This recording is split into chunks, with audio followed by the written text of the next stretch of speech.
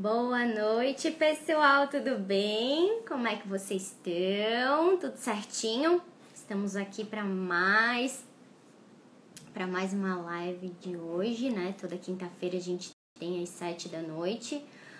Hoje vamos falar sobre crianças com problemas de comportamento. Mas que tipo de comportamento e por que elas têm problema de comportamento que causa, né? Os problemas de comportamento. Bom, vamos começar falando que assim, a gente vai fazer uma relação entre os problemas de comportamento com as práticas educativas. O que são as práticas educativas? São a prática autoritária, permissiva, negligente, participativa, mas aqui nós vamos falar de duas apenas, que é a prática autoritária, prática educativa autoritária e a prática educativa permissiva. A autoritária é aquela que impõe, o adulto manda e a criança obedece, não tem troca, né? E a permissiva é como a criança faz as próprias regras, o adulto tolera o comportamento da criança, mesmo que seja desrespeitoso, que seja desafiador, ele não impõe limites, né? Vamos mudar aqui a palavra, não impor limite, mas estabelecer os limites, né?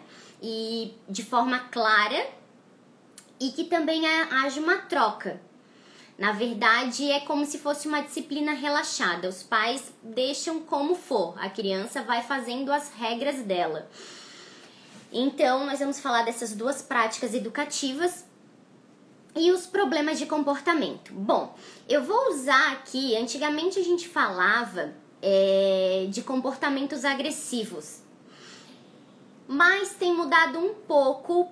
Em algumas áreas não, alguns pesquisadores já mudaram muito a forma de falar, não mais comportamento agressivo, mas a gente fala comportamento exteriorizado e comportamento interiorizado. Mas o que são essas duas coisas? Bom, comportamento exteriorizado são comportamentos como mentira, roubo, vandalismo, delinquência, agressão física, agressão verbal, crueldade, bullying.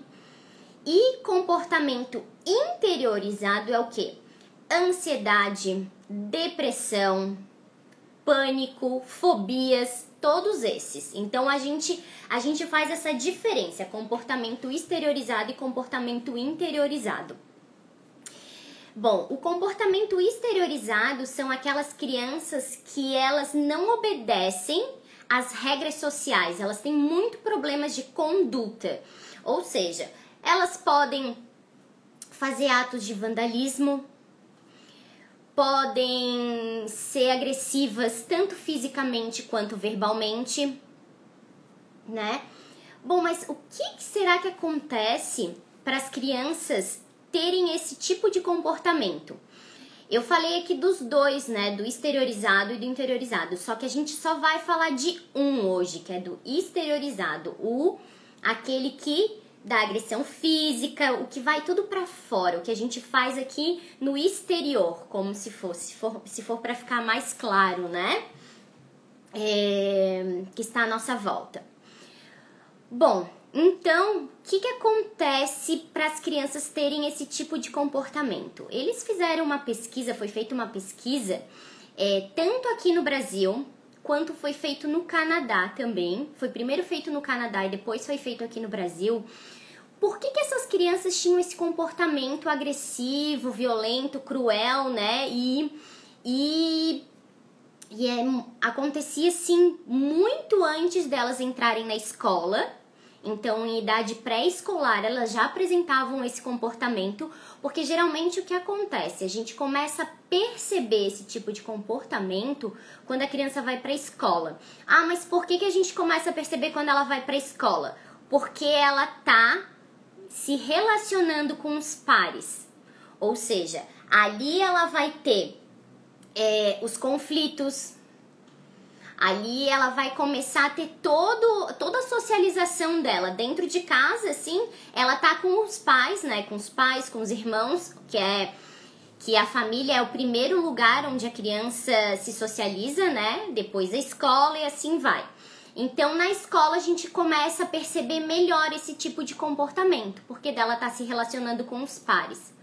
Porém, na pesquisa, eles perceberam que as crianças, antes de entrarem na escola, já apresentavam esses comportamentos de agressividade, de violência, de mentira, né, de vandalismo. E dependendo de como era a educação delas, como eram as práticas educativas que os pais utilizavam, essas crianças, na verdade, elas continuavam. É como se fosse um reforço para esse comportamento, as práticas educativas. E na adolescência, cada vez piorava mais. Por exemplo, conforme ia passando as fases dela, né? Por exemplo, ela saiu da infância, vai entrar na adolescência, ela começa a vandalizar, né? Provocar ou assustar as pessoas que estão, né? Que estão assim na rua. Comportamentos delinquentes, crueldade com animais, crueldade com outras crianças ou com pessoas que são mais indefesas, né, que são mais frágeis, que elas sabem que são mais frágeis, né? Então, isso era um reforço. Bom, tô olhando aqui meu roteirinho pra gente não se perder. Tá. E qual era essa relação, né? Eles começaram a perceber que os pais tinham práticas educativas muito autoritárias dessas crianças que apresentavam esse tipo de comportamento. Mas como era assim? Como que era a educação dos pais? Era uma disciplina inconsistente, tinha muita hostilidade, quase nada de afeto, pouca afetividade ou nenhuma,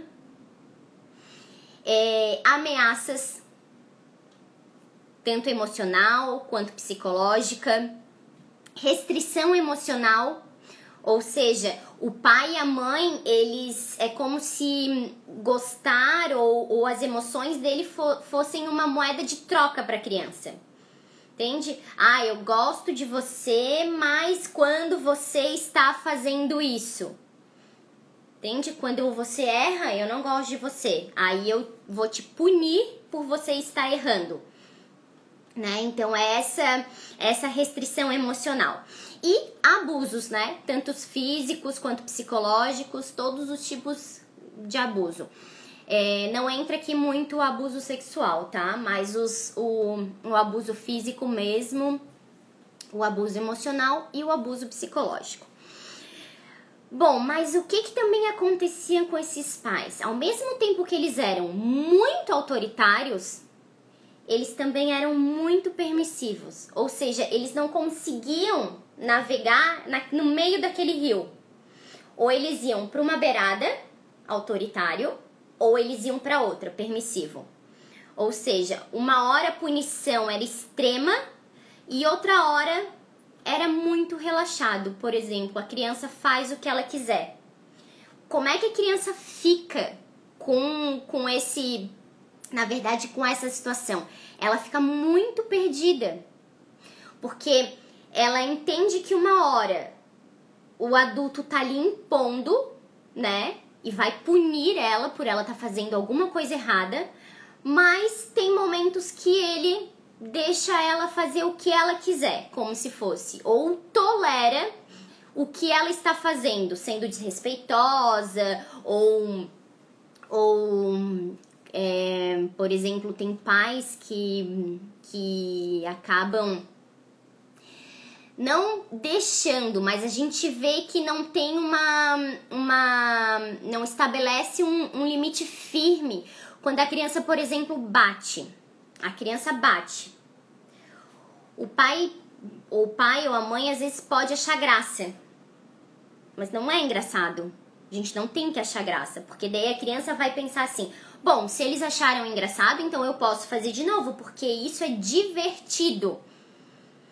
Então ela não começa a aprender que aquilo que ela tá fazendo pode machucar alguém. Não é certo a gente estar machucando outra pessoa. Então isso também é uma prática permissiva, né? Os pais vão deixando o filho estabelecer as próprias regras. O que acontece também em relação a isso, né? Muitas vezes os pais acabam promovendo que eu digo, fortalecendo um comportamento antissocial nas crianças. Né? O que é um comportamento antissocial? É aquele comportamento delinquente mesmo. Aquela criança que vai se tornar adolescente, pré-adolescente e vai estar cometendo atos criminosos mesmo, né? Então não vai ser só, eu agrido fisicamente, claro que aí também é grave, né? Mas cometer um ato criminoso, por exemplo, é a criança fazer algo que ela pode acabar sendo punida pelo Estado, pelo que ela está fazendo, né? O que acontece é que muitos jovens e muitos adolescentes vão para aquelas casas, né? Que eles chamam casas correcionais, que são... que isso também não é um assunto para agora, né? Mas não é tão certo também aquilo lá. Mas é isso que acontece quando os pais começam a fortalecer e a promover esses comportamentos antissociais. Mas como que eles fazem isso? Os pais que descarregam a raiva intensa nos filhos. Por exemplo, a criança pode não ter feito absolutamente nada, mas o pai ou a mãe, ou vamos dizer, o padrasto, né? Se o pai biológico já não tá mais presente, ela descarrega toda aquela raiva, ou por exemplo, porque brigou com o marido, com outro genitor, aí ela descarrega a raiva daquela discussão na criança, sendo que a criança não estava envolvida. Então a criança vai sendo como se fosse um saco de pancadas, assim, né? Para dar um exemplo mais objetivo, assim, de como a criança acaba recebendo isso. Então, uma raiva incontrolável nas crianças que vão resultando esse comportamento antissocial. E o que acontece? Elas vão sendo cada vez mais, vão tendo cada vez mais hostilidade com as outras pessoas. Porque é assim que está acontecendo com elas dentro de casa. Lembrando, né, que eu falei que a família é o primeiro lugar de socialização da criança. Ali ela vai aprender a se relacionar, né? A forma de... Ai, fugiu a palavra. Gente, fugiu a palavra. A forma de se relacionar com os pares, né? Como ela se relaciona com os pais. Principalmente com a mãe. Ah, mas por que a gente fala que sempre a mãe é muito importante? Bom, na psicanálise, a mãe, na verdade, é o nosso foco quando a gente vai estudar a criança. Por quê? Porque a mãe passou todo aquele tempo de gestação com a criança. Então, tudo que vai acontecendo com a mãe, a criança vai sentindo. Não adianta a gente achar que só na hora que nasce que a criança começa, por exemplo, agora sim tá valendo, agora ela tá no mundo, então agora ela vai começar a sentir as coisas. Não, na gestação ela já começa a sentir as coisas, né? Como as emoções da mãe e tudo que tá acontecendo ao redor dela. Até o tom de voz, como ela fala com as outras pessoas ou como as outras pessoas falam com ela. Ou se a mãe sofre algum tipo de violência. Ela também vai absorvendo isso, né? Vai internalizando. Na psicanálise a gente tem um nome que se chama traço minêmico. Esse traço minêmico a gente fala que são como se fossem inscrições. Vou falar de uma forma mais clara, como se fossem tatuagens, mais ou menos, aquelas que não saem. Tatuagens que ficam lá no inconsciente da criança de coisas, de situações que aconteceram durante a gestação, na hora do nascimento, no pós-parto. Ah, mas então para a criança internalizar o que está acontecendo, ela precisa, como é que é? Ela precisa saber,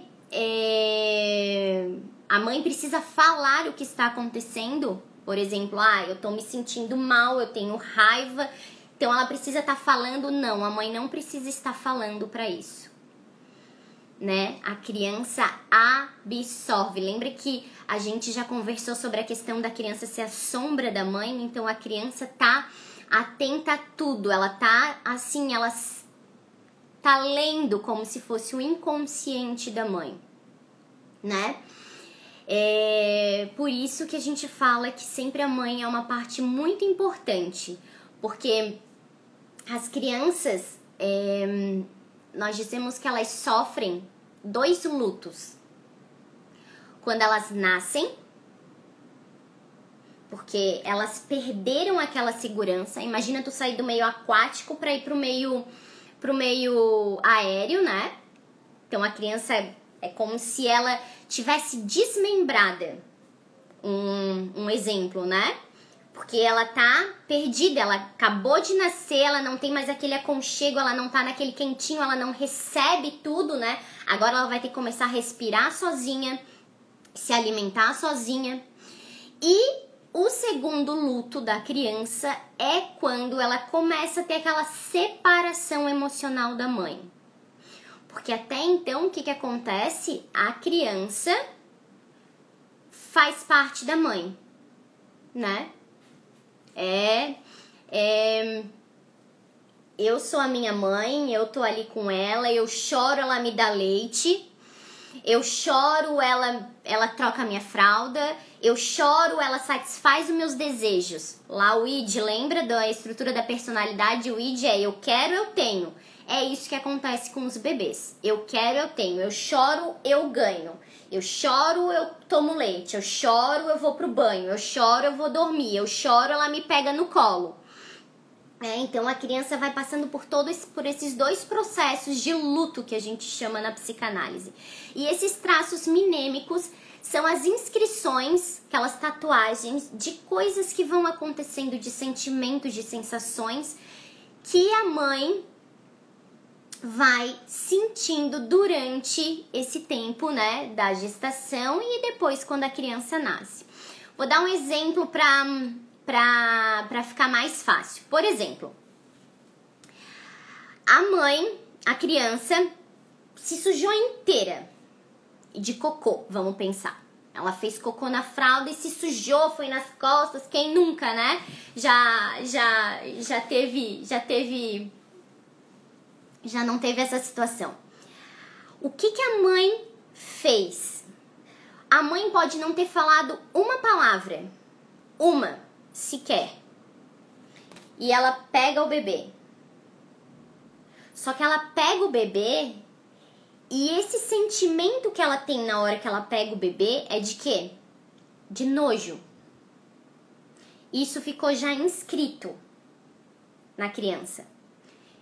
Eu sou suja. Minha mãe me pegou e tem nojo, né? Mas o que acontece? A criança só tá lá no inconsciente dela, mas ela ainda não fala. Então ela não pode dizer que a palavra e o sentimento foi nojo porque eu estava suja. E o que vai acontecendo? Quando a gente não encontra palavras para saber o que está acontecendo, o que acontece? Os sintomas. Sintomas como, por exemplo, já ouviu alguém falar assim: Ai, eu tenho síndrome do pânico. Por quê? Não sei. Eu não sei. É um sintoma que ela tem.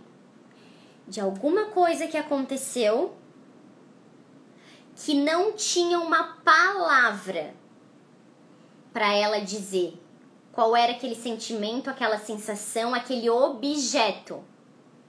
Então, como ela não tem a palavra para falar, vai vir o sintoma. Ela teve síndrome do pânico, né? Vou dar um exemplo aqui para vocês de um caso.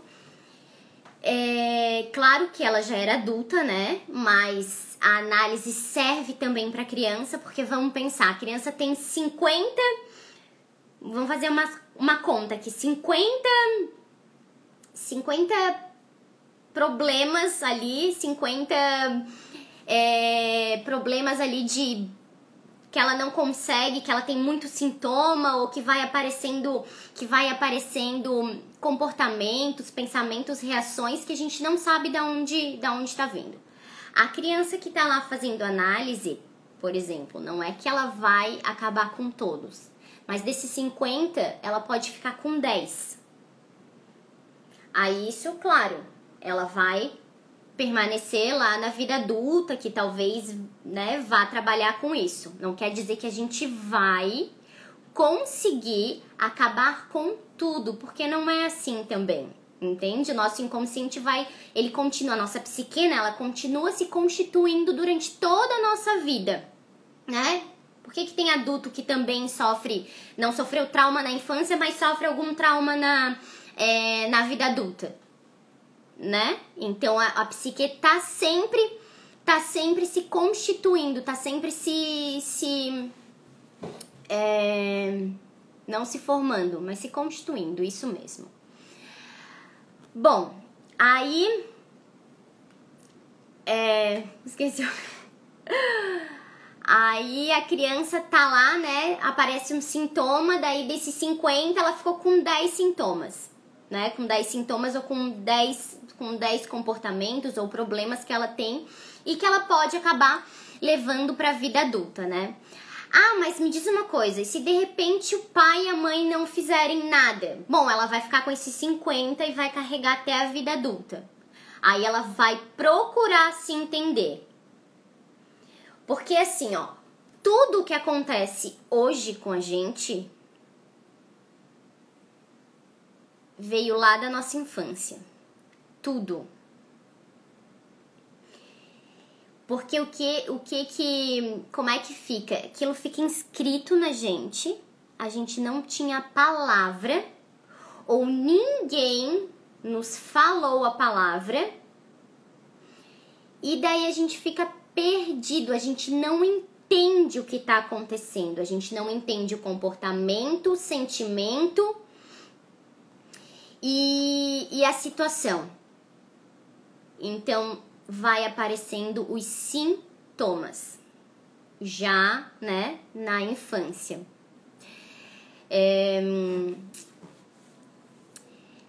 Então, gente,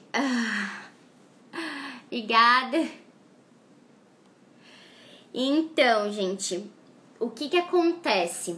Por isso que a gente sempre volta. Eu tenho muito mais amigos que são da área da psicanálise adulta, né, do que infantil. E o que eles falam? Quando a gente tá tratando o adulto, não é o adulto. A gente tá tratando a criança. Porque é tudo que aconteceu com ele lá atrás. Tudo que aconteceu com ele lá atrás. E hoje a gente tem que trazer aquilo que muitas vezes ele não sabe por que ele tá com aquele sintoma. O exemplo que eu ia dar pra vocês. Por exemplo, uma moça já adulta sofre de bulimia. Mas assim, ninguém sabe a causa, né? Não tem nenhuma causa física, orgânica, né? Nada. Simplesmente ela come e vomita, que a bulimia é assim, né? Bom, o que aconteceu? Ela foi procurou e começou a fazer análise. E o que ela descobriu? O pai e a mãe, um exemplo para vocês, lá quando ela tinha 4, 5 anos, eles eram casados, moravam na mesma casa, porém não tinham relação. É como se fossem dois estranhos morando na mesma casa. Mas o que acontecia? Cada um tinha um relacionamento separado. A mãe tinha um relacionamento com outra pessoa e o pai tinha um relacionamento com outra pessoa. E eles traziam essas pessoas para casa. Um dia a mãe, um dia o pai. O que essa menina entendeu disso? Absolutamente nada. Porque ela não conseguia entender, não conseguia como se fosse engolir aquilo que estava acontecendo. Afinal, eu tenho um pai e uma mãe que não conversam, que não se relacionam, e cada um, né, tem um outro relacionamento que é uma pessoa desconhecida para mim. Então, tenta imaginar tudo isso acontecendo na cabeça de uma criança de 4, 5 anos. Ela entende? Claro que não, né, gente? Nunca vai entender. Então, dali começa a aparecer os sintomas. E como que começou a aparecer? Quando ela tinha 6 anos de idade. Ou seja, ela já tinha esse problema, essa desordem alimentar, né? Esse transtorno alimentar, desde os 6 anos. E tava lá na fase adulta. E não entendia nunca o porquê. A mãe também não sabia, porque levava ela no médico e nunca tinha nada. Então, o que tá acontecendo, né? Pra ela tá tendo esse sintoma. Então, era esse caso ali dos pais, que eram casados, viviam na mesma casa, porém, cada um tinha um relacionamento diferente. Aí a criança ela vai internalizar essas situações, essas cenas de uma forma diferente e vai explodir como sintoma. Bom, gente, vocês já devem ter visto milhares de filmes, ou lido milhares de livros, assim, que demonstram bastante o que eu tô querendo falar, né? Que a pessoa tá lá na vida adulta, começa a ter algum problema e de repente ninguém descobre o que é, ninguém sabe o que é, ela tá bem de saúde, tá bem fisicamente, no sentido fisicamente que eu digo, de exame, essas coisas que primeira coisa que a gente faz, né? Quando alguém, por exemplo, vem me dizer, olha, meu filho tá com tal problema. Olha, primeiro eu te aconselho te oriento, né, a fazer todos os exames possíveis, né, físicos. Se não tiver nada, aí a gente começa a entrar na parte comportamental, para saber o que tá acontecendo. Porque se ele tá bem fisicamente, os exames, tudo, alguma coisa tá acontecendo para tá aparecendo esse sintoma. E nós sabemos que as doenças são psicossomáticas, né? Coisas que a gente vai guardando, que nós não vamos falando, né? E que a gente vai deixando ou vai crescendo com aquilo, né? E depois lá na frente a gente vai pagar aquela conta porque a gente não conseguiu saber o que estava acontecendo, antes. Eu quero indicar aqui pra vocês um filme muito bom. Eu amo esse filme, acho esse filme excelente. E que é Precisamos Falar sobre Kevin. Alguém já assistiu esse filme? Ele tem na Amazon, tá? É um filme já antigo, tem o livro também, o livro é muito bom. É baseado numa história real, né? Aconteceu mesmo, foi lá nos Estados Unidos. Mas a história do filme começa antes da concepção do menino, antes da concepção do Kevin. E lembra que eu contei pra vocês que a criança já é concebida no inconsciente dos pais. A gente já começa a dar um significado para ela, antes mesmo de ela existir. Por exemplo, a mãe descobre que tá grávida, a gente já começa a falar sobre essa criança. A gente já começa a idealizar como ela vai ser. Não é mesmo? Eu acho que ninguém aqui que tem filho, que ficou grávida é assim. Que eu vou dizer que eu fui assim, todo mundo é assim. Então a gente vai já começando a fazer essas inscrições, né? Então quer dizer, cada um, por exemplo, cada um, o pai e a mãe, cada um vai ter um olhar para essa criança. E nesse pai e essa mãe, eles têm mais 2 olhares, que é o pai e a mãe deles. Quer dizer, olha quanto essa criança pode estar carregando da família. Do pai, da mãe, né? Dos pais, dos avós, quer dizer, desculpa. Então, esse filme é muito bom. Fala antes da concepção do Kevin, né? Mas é muito bom mesmo. Nem vou falar nada aqui desse filme pra deixar surpresa. E é um filme excelente. Acho que dá pra entender bastante até isso que a gente tá falando, o que a gente tá falando agora, né? Eu sei que a gente até saiu um pouquinho, do que a gente tava falando dos problemas de comportamento, mas também não fomos tão longe assim, né? Porque tudo isso tá incluído nos nossos comportamentos, né? Por exemplo, coisas que a gente passa na vida adulta, e a gente não consegue entender o porquê que tá agindo daquela maneira. Vocês já perceberam que muitas vezes os adultos eles reagem a algumas situações de uma forma às vezes até desproporcional? Depois que passa essa situação, o adulto fala assim, nossa, mas eu nem entendi o porquê que eu tava tendo essa reação. Ele não vai entender. Porque falta a palavra. Sabe? Falta aquela palavrinha lá, que aconteceu alguma coisa, ficou lá inscrito no inconsciente dele. Aí, passou, ele ficou adulto, aconteceu alguma situação que possa ter lembrado aquela situação na infância, ou seja, uma ação, um cheiro, uma pessoa, a forma como a pessoa falou, se a pessoa, como a pessoa tratou ela, aí deu aquele gatilho. Ela lembrou do que tinha acontecido no passado, aí ela reagiu àquilo. Mas ela fica sem saber realmente o que estava acontecendo, porque tá lá no nosso inconsciente. Isso pode interferir no falar da criança também. Quando ele começa a falar, Tyler, desculpa. Quando ela começa a falar, eu não sei se eu entendi muito bem a tua pergunta.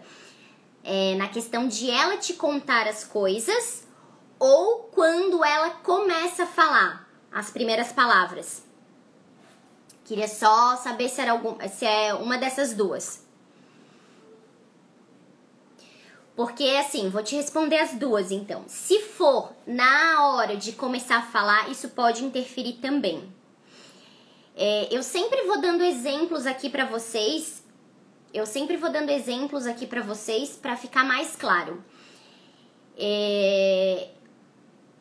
Também é uma paciente adolescente e ela não falava. Ela não conseguia falar. Ela falava, mas as palavras vinham cortadas. É como se ela não conseguisse expor tudo o que ela quisesse. E ela ainda tinha mais um problema.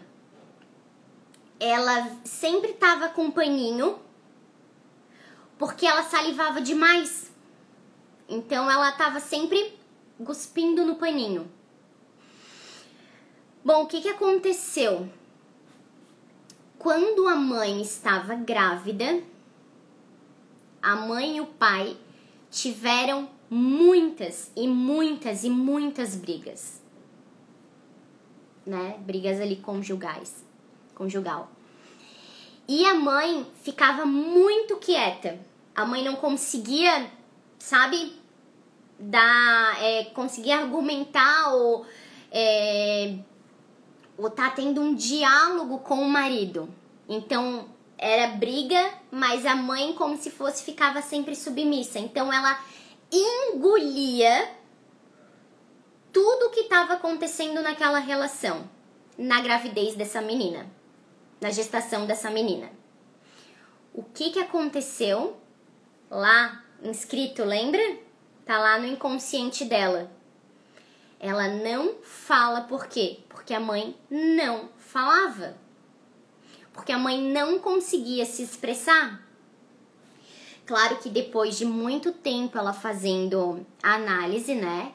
Inclusive os pais também fazendo análise, porque às vezes não é só as crianças que precisam, mas os pais também.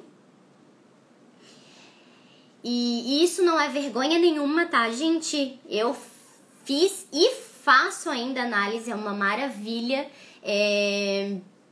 E a gente consegue entender muitas coisas que vão acontecendo com nossos filhos em relação a isso. Então, eles também faziam análise e a menina começou a desenvolver.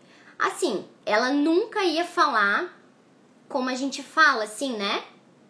Porque ela ficou muito tempo engolindo aquilo. Então, a mãe achava que, de repente, não era nada, ela tinha algum problema fisiológico, que é a primeira coisa que a gente pensa, né? Ah, tem algum problema fisiológico, é o que a gente vai ver, né? E, na verdade, ela não tinha problema nenhum nas cordas vocais, nada na gesticulação dessa parte aqui, né? Nada, problema na língua, nada. Ela simplesmente, aquilo estava tão forte no inconsciente dela que ela não conseguia se expressar. E daí, aquilo refletiu na menina, né? Aquele sentimento. A mãe tinha o objeto que a gente fala, o objeto que era o pai e a briga. Porém, ela não conseguia colocar um sentimento, falar uma palavra para aquela situação que estava acontecendo.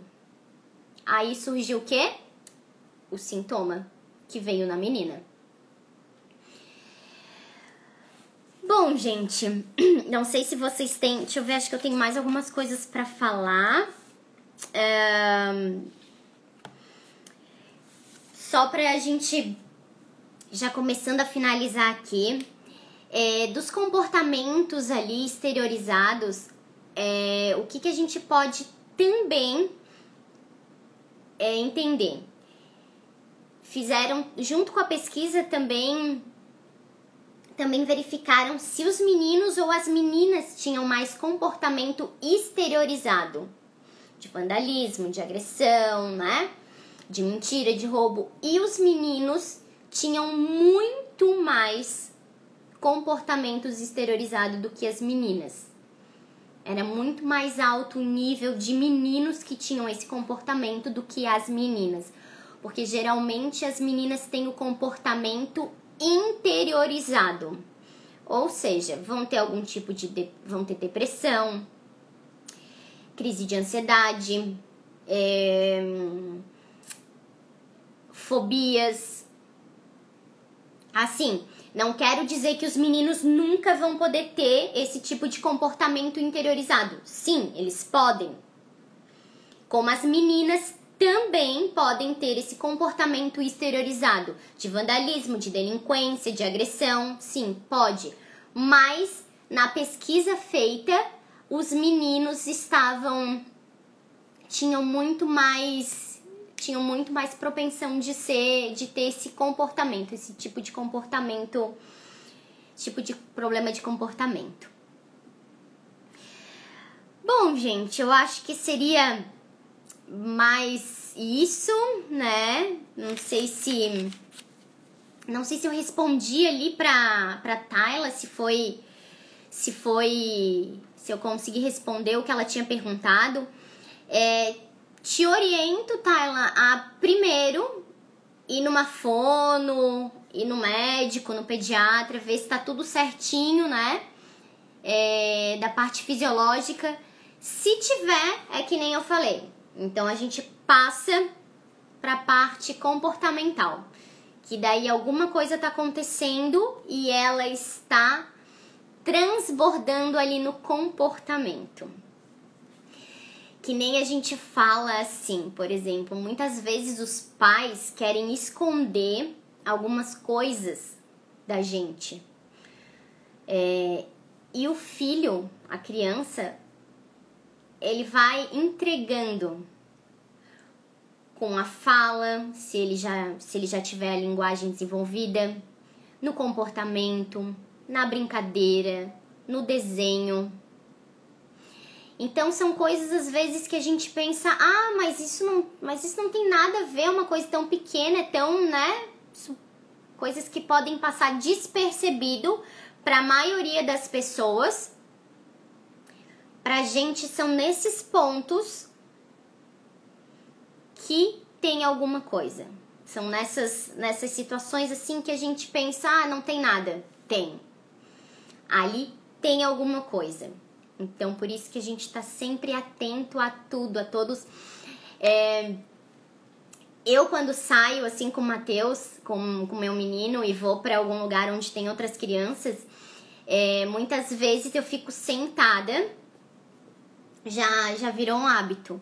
Eu fico sentada e observando tudo que tá, né? Como tá acontecendo, como as crianças estão se comportando, como é que elas estão lidando uma com as outras, como é que elas estão se relacionando, como é que elas estão conversando. Então eu já tô sempre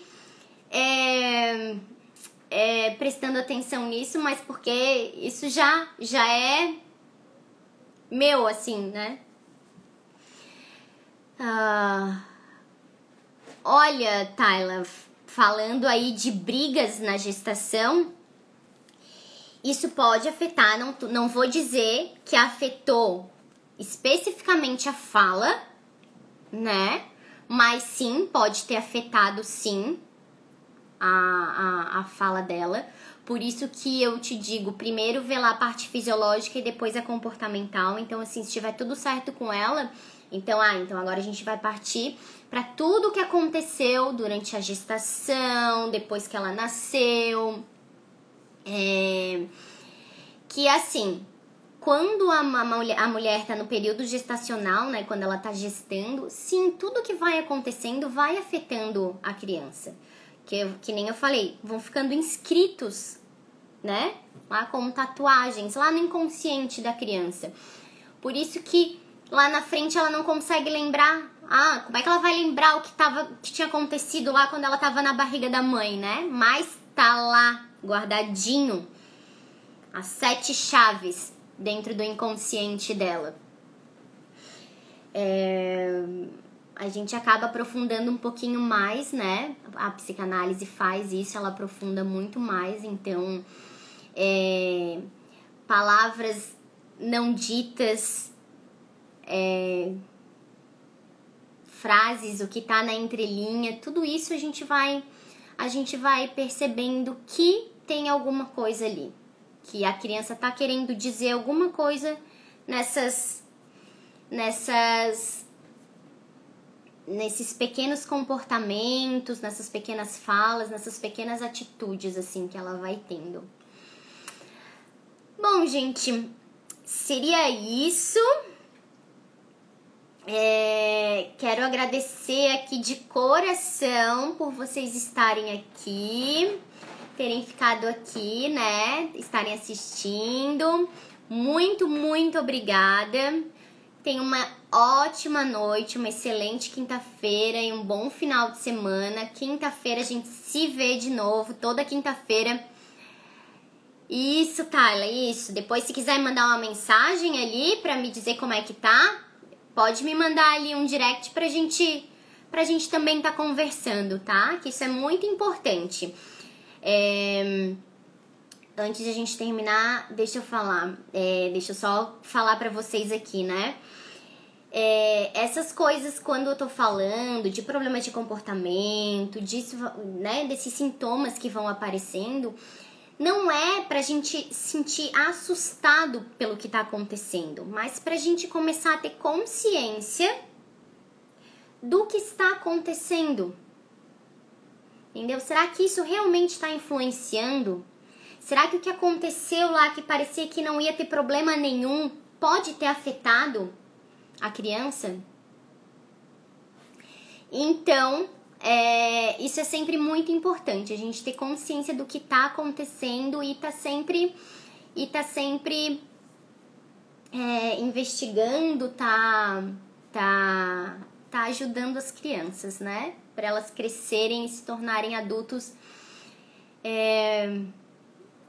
mais fortes e seguros psicologicamente. Claro que a gente não consegue acabar com tudo que acontece durante a nossa vida, porque, como eu falei, o nosso inconsciente, a nossa psique, ela continua se constituindo, mas a gente vai conseguindo lidar com coisas que aconteceram e que a gente pode ter outro tipo de comportamento agora, né? E entender por que a gente tá agindo daquela maneira, ou por que a gente tá tendo aquele sintoma. O que aconteceu pra eu ter uma fobia, pra eu ter algum tipo de agressivo, pra eu ser agressiva. Bom, então seria isso, gente. Agradeço muito de coração, gratidão por vocês estarem aqui. Um beijo no coração de vocês. A gente se vê na quinta-feira que vem. Toda quinta-feira às 7 horas tem live, tá? E espero que tenha ajudado vocês, ter compartilhado sobre essas informações possa ter ajudado vocês de alguma forma, tá? Um beijo no coração e até quinta-feira que vem. Um bom final de semana. Beijo!